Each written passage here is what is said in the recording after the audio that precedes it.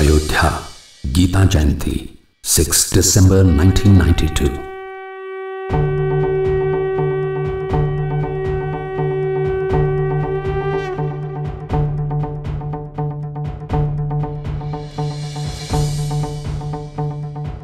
These pictures narrate the tale of the biggest freedom movement of this nation. These pictures tell us that the birthplace of the Divine Being, whose teachings enabled this nation to show light to the world for thousands of years, is still in shackles.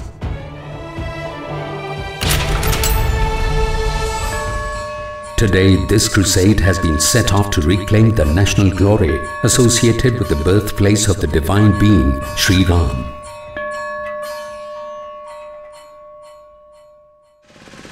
Whosoever comes to this holy land visits this place with the utmost desire to witness a day when the birthplace of his or her worshipped divinity would be liberated.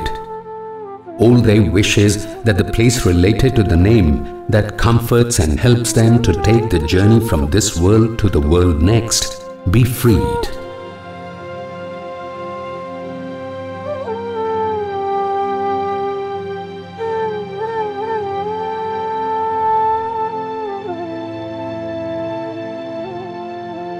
And so, today each present here is a religious warrior. And in this dutiful, fearless endeavor, none other than the saints and the pious of this country are providing them the leadership. This profound longing to free the birthplace of Sri Ram is nothing but the outburst of a sentiment of generations together.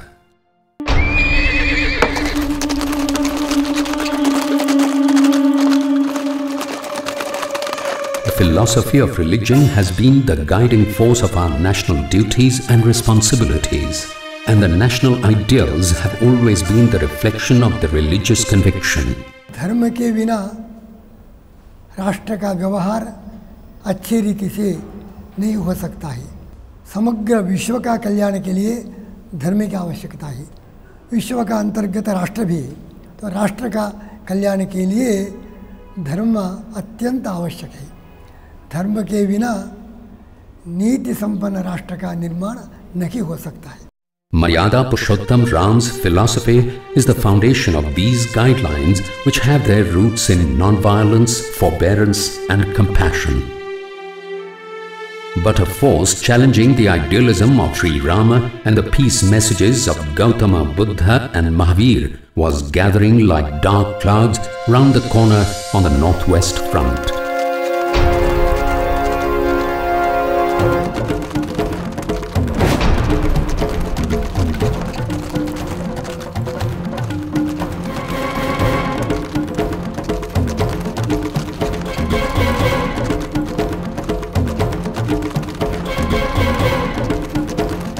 This tempest of aggression that rose during the 8th century was indeed terrifying. Before this, Huns, Shakas and Kushanas marched into this land, but none was so dreadfully merciless as these invaders.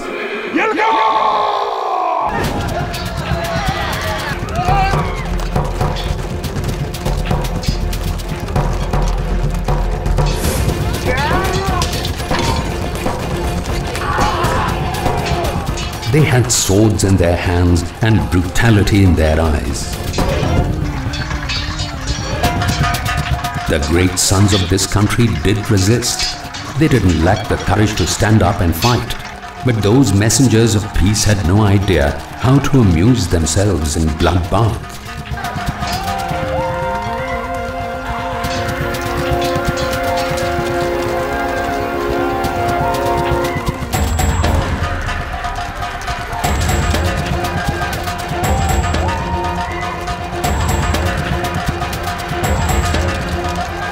The battlefields soon turned into graveyards of thousands of innocent people.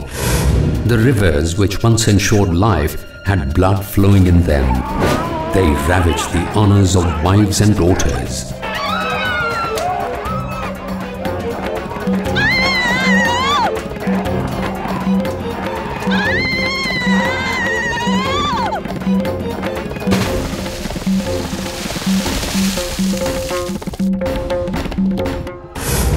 But the real intent of these invaders was yet to come to light.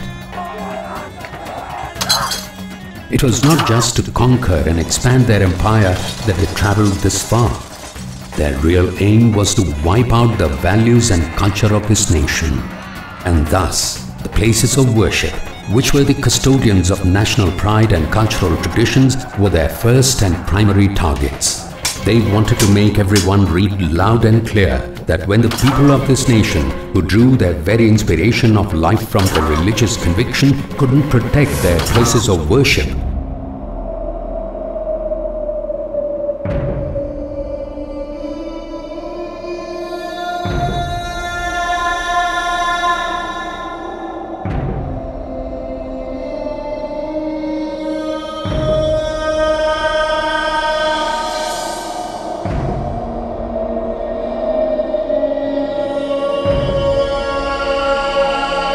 how would they ever expect to safeguard their soil? The cruelty and carnage even entered Ayodhya and the birthplace of Lord Rama. After destroying the temple on the birthplace of Lord Rama, a three-domed structure was erected. However, it could never eventually become a place of faith. Even Islam would never have permitted such atrocity. In fact, this was built more to commemorate a conquest.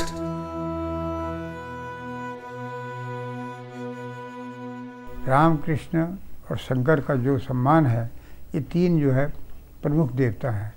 उन्होंने इन तीनों के जो विख्यात स्थान रहे हैं, प्रसिद्ध स्थान रहे हैं, जहाँ पर वो कहीं पैदा हुए हैं, वो उनको ध्वस्त किया केवल अपमानित करने के लिए। No doubt, it was more to make sure that this message reached far and wide that we have conquered you. Ayodhya was attacked and occupied because the glory and the spirit of this great nation were shaped around the name that was so much related to this place. माने जो राम ने आदर्श दिए, वो भाई के साथ कैसे संबंध हो, पिता के पुत्र के साथ कैसे संबंध हो, माताओं के पुत्र के साथ कैसे संबंध हो, जो आतंकवादी शक्तियां हैं उन सबके साथ किस प्रकार का व्यवहार हमारा हो, ये सब बातें भगवान राम के जीवन से ये जो हम लोग ग्रहण करते हैं, एक बड़ी महान संस्कृति को जन्म मिला है। Thus, the name of Lord Rama has remained associated with this country in a way the body is connected to the soul. The high morals which the perfect being Lord Rama has left behind is not only relevant but can educate the national leaders even to this day. If those ethics are integrated in today's politics, then it is evident that the road to a classless, mighty nation-building implement will certainly be underway. भगवान राम वनवास में गए तो उसका वास्तव में जहाँ माता पिता की आज्ञा का पालन करना जो है उन्होंने धर्म समझा, उसके साथ साथ वनवासी जो समाज से कटे हुए थे, अलग हुए थे कुछ अछूत के रूप में, उन सबको जोड़ना भी उनके वनवास का लक्ष्य रहा है। The origin of all these ideals have been in Ayodhya, where even today, at every corner, Lord Rama exists. It is here that the very sensation of the surge of river Saryu makes every Hindu heart feel closer to the attainment of the freedom from the cycle of birth and rebirth. The idols of various gods and goddesses sighted at every nook and corner remind us of one or the other word of wisdom of Lord Rama. And it is from his birthplace, his very own Ayodhya, that Lord Rama has been alienated. His home was forcibly taken over, and Babar's general Mir Baqi, who by using the sheer strength of his army erected a building in the name of his master Babar, showed this audacity. But just by putting up a structure, did that place become a place other than Rama's birthplace? Was it possible to establish this pretense that this place had nothing whatsoever to do with Lord Rama? And so, the devotees of Lord Rama decided to liberate this place, more so as this was a matter of national conviction.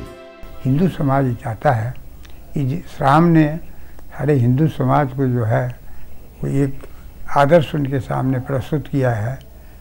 आज उनको हम सम्मान नहीं दे सकेंगे तो वास्तव में हमको स्वतंत्र कहने का कोई अधिकार नहीं है। Even Swami Vivekananda observed that the invaders from across the mountains and over the seas targeted our places of worship, which were regained by our ancestors after going through immense hardships.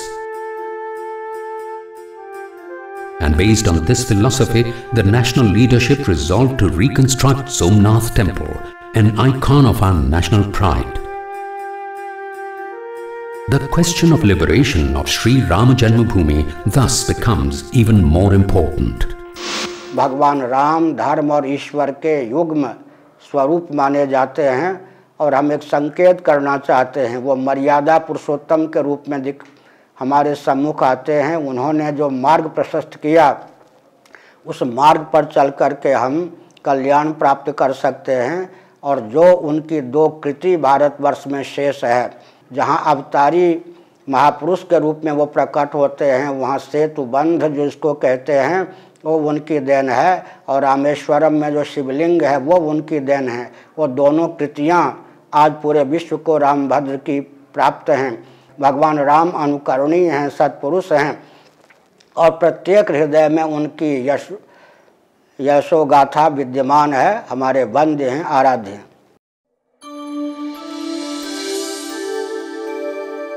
Mother and motherland cannot be replaced. With this resolve, on August 7th, 1990, at the Convention of the Saints and the Devout in Vrindavan, the seeds of the pledge of Rama Janmabhoomi Mukti Andolan were sowed for the deliverance of the birthplace of Bhagavan Sri Ram. Lord Rama flame was ignited and it took a journey around the whole country. Mission turned into movement. This mission of the saints and the devotees soon turned into a people's movement. But the pseudo-secular forces looked almost determined to stop them from undertaking this voyage of wisdom. The then Uttar Pradesh government threw all weight to stop car sevaks.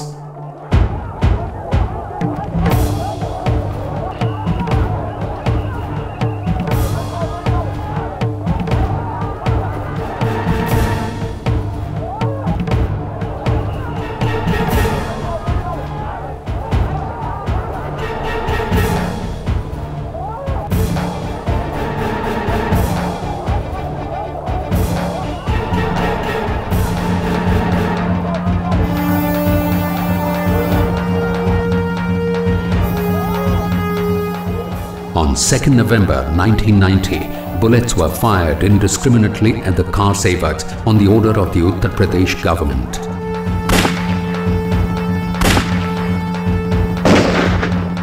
This was similar to the Jallianwala Bagh incident, where hundreds of nationalists were sprayed with bullets on the order of General Dyer.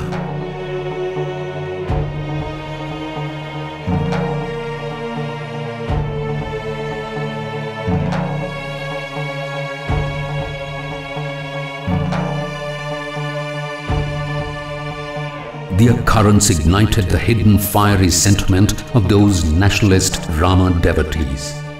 The strength of faith soon turned into the power of might, and on 6 December 1992, on the day of Gita Jayanti, thousands of devotees coming from all corners of India made the soil of Ayodhya sanctimonious.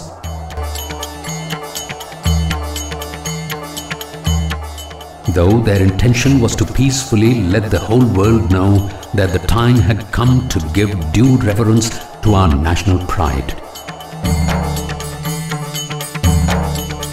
The reason for this too was quite clear. For them, this building was not a mosque. In it, they still found the gloom of slavery.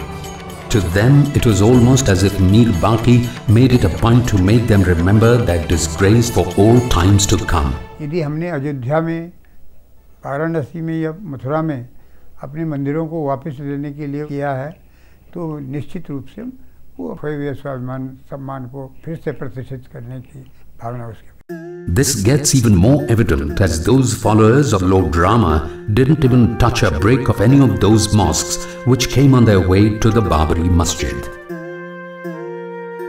In Ayodhya too, there were dozens of mosques which not only went unharmed, but not a single follower even looked down upon them with a scoff. Their purpose was never to attack any religion or faith. They didn't have hatred in their hearts for the Muslims or for Islam.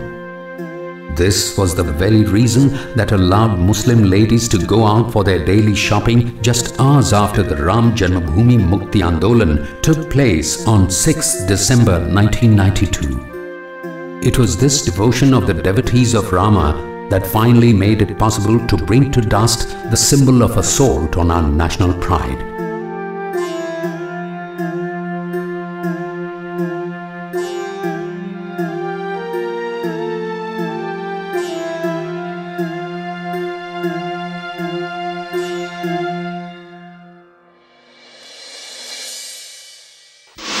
From under the layers of dust emerged such explicit evidences that it was beyond doubt that beneath the Babri structure there was indeed a glorious temple of Rama.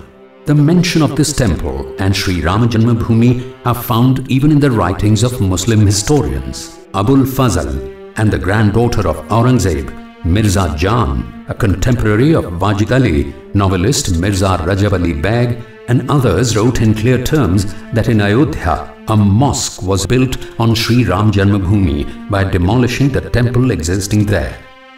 But many found it difficult to digest this simple truth. To resolve this dispute, a lengthy battle was going on in the courtroom. Gopal Singh Visharad filed the first petition in 1950, claiming the right to perform religious services on Sri Ram Janmabhoomi.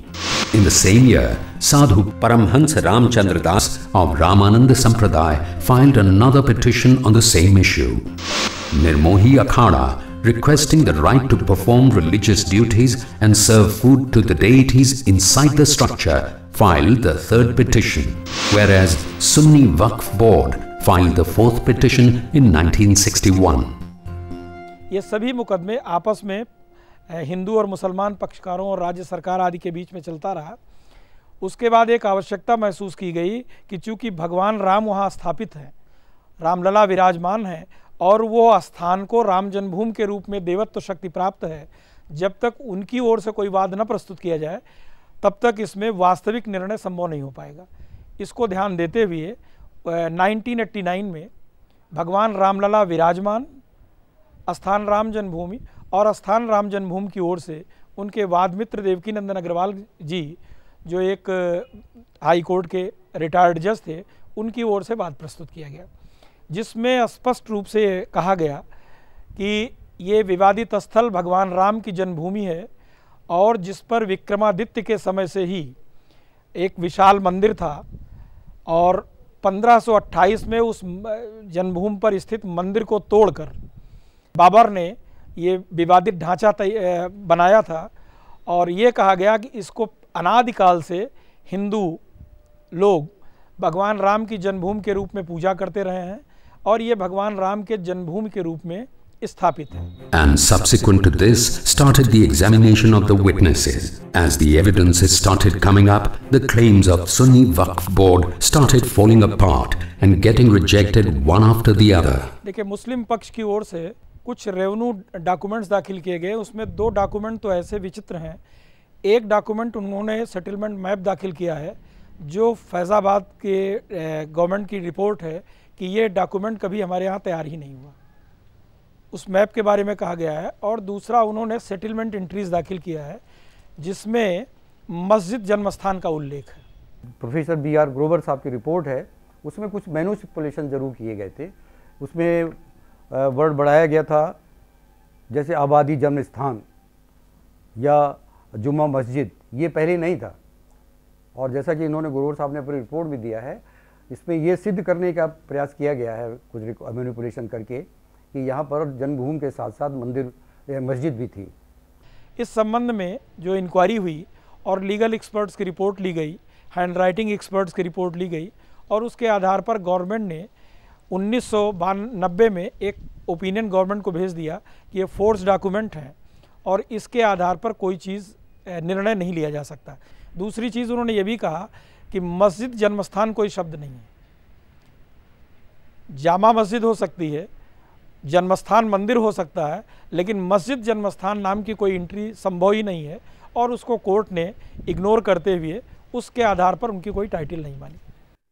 Based on those documents, when the Sunni Waqf Board was made to bite the dust, they tried to distract the court with a new issue, but this time too, they had to accept defeat.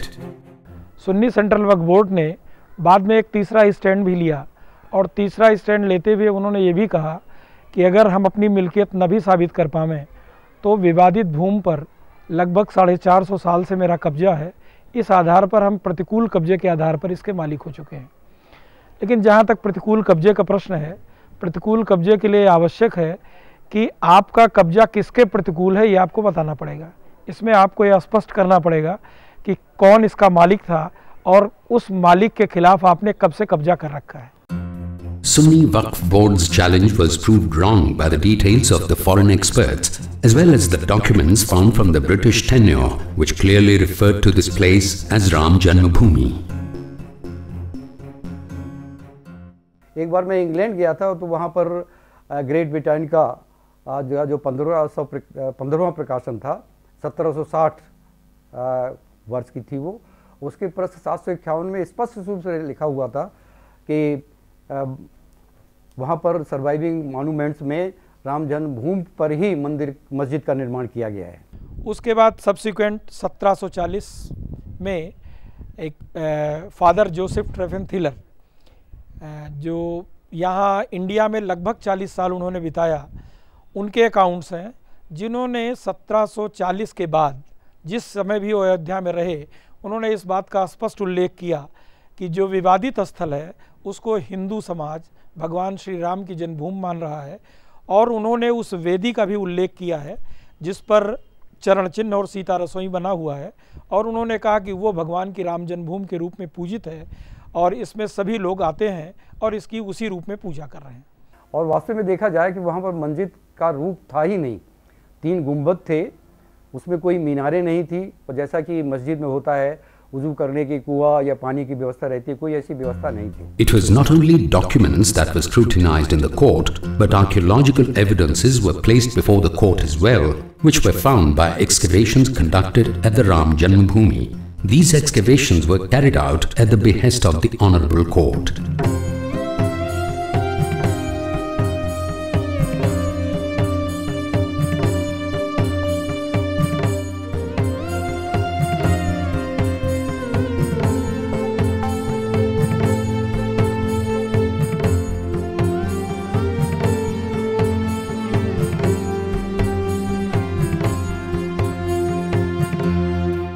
The court sought to find out answers to 3 primary questions. First of all, whether there was indeed a temple at that place earlier. Second, whether that temple indeed was destroyed by Mir Baqi.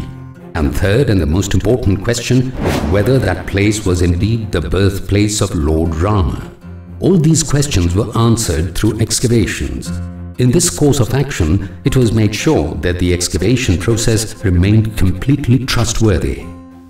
प्रारंभ से ही एक मुसलमान और 2 हिंदू जजों, 3 जजेस की पूर्णपीठ, विशेष पूर्णपीठ बनी हुई है।